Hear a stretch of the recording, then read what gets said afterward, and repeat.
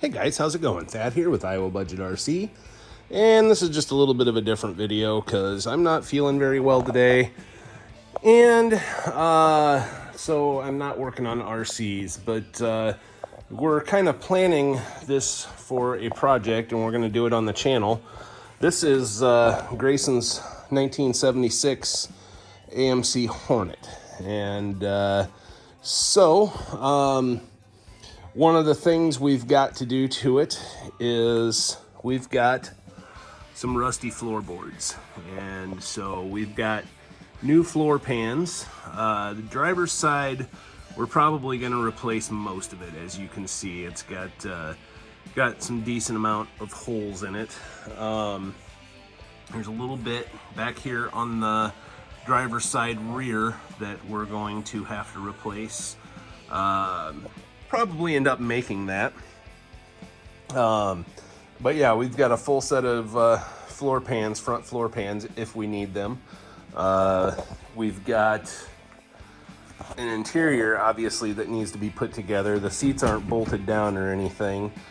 These seats actually came out of my buddy's 73 AMX that he restored, and he had an extra set of seats that he had custom upholstered, and so we got these for Grayson, and we've got to make or find a driver's side door panel for it, and then the back door panels, because they're both gone. We've got the cool AMC sport steering wheel for it to dish that Grant GT thing that's in here.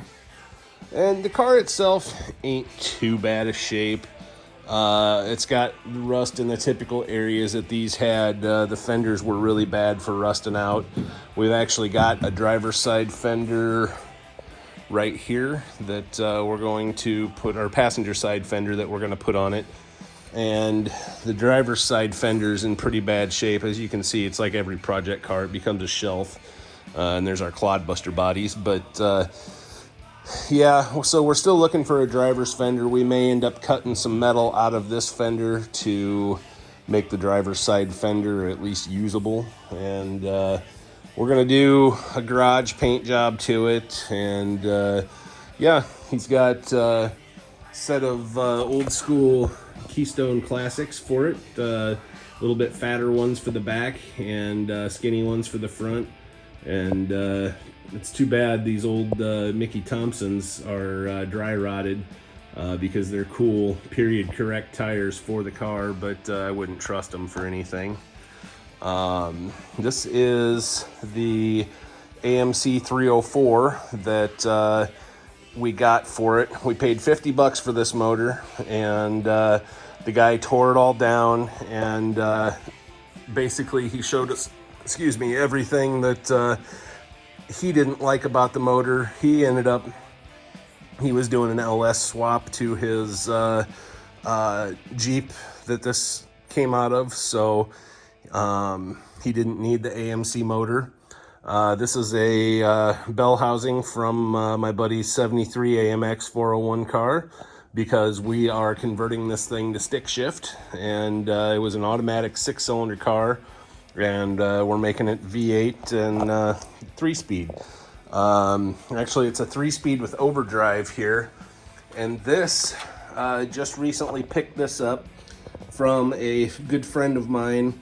This is out of a land speed record holding Studebaker Avanti.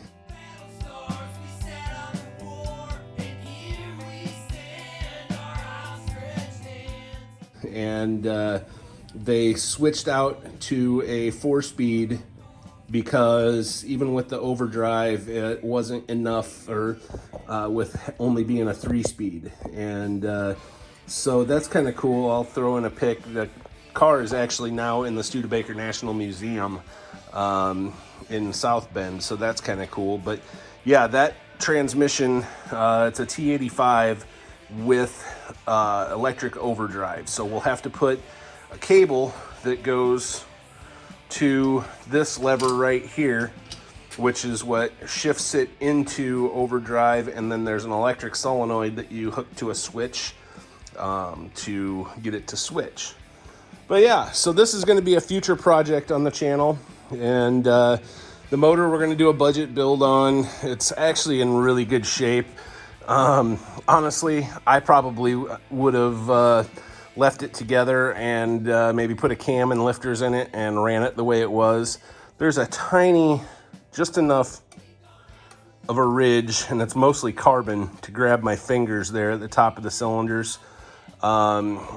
We're gonna take the block to a machine shop, have them throw cam bearings in it for us, and boil the block, clean it all out, clean all the oil passages and coolant passages and whatever. But this is going to be later on down the road. We're actually going to go on a road trip adventure next weekend and get a 4-barrel intake manifold for it, and maybe a couple other parts. We've got a dash up here, which actually, it's out of a Hornet. I thought it was out of a Gremlin, but it's out of a Hornet. And that green piece is the lower tray for it. That is the dash that we're going to use. And in fact, the first project we're going to do is, before it gets cold here, we're going to vinyl dye these pieces. I've got the vinyl dye, I've got the adhesion promoter and whatever.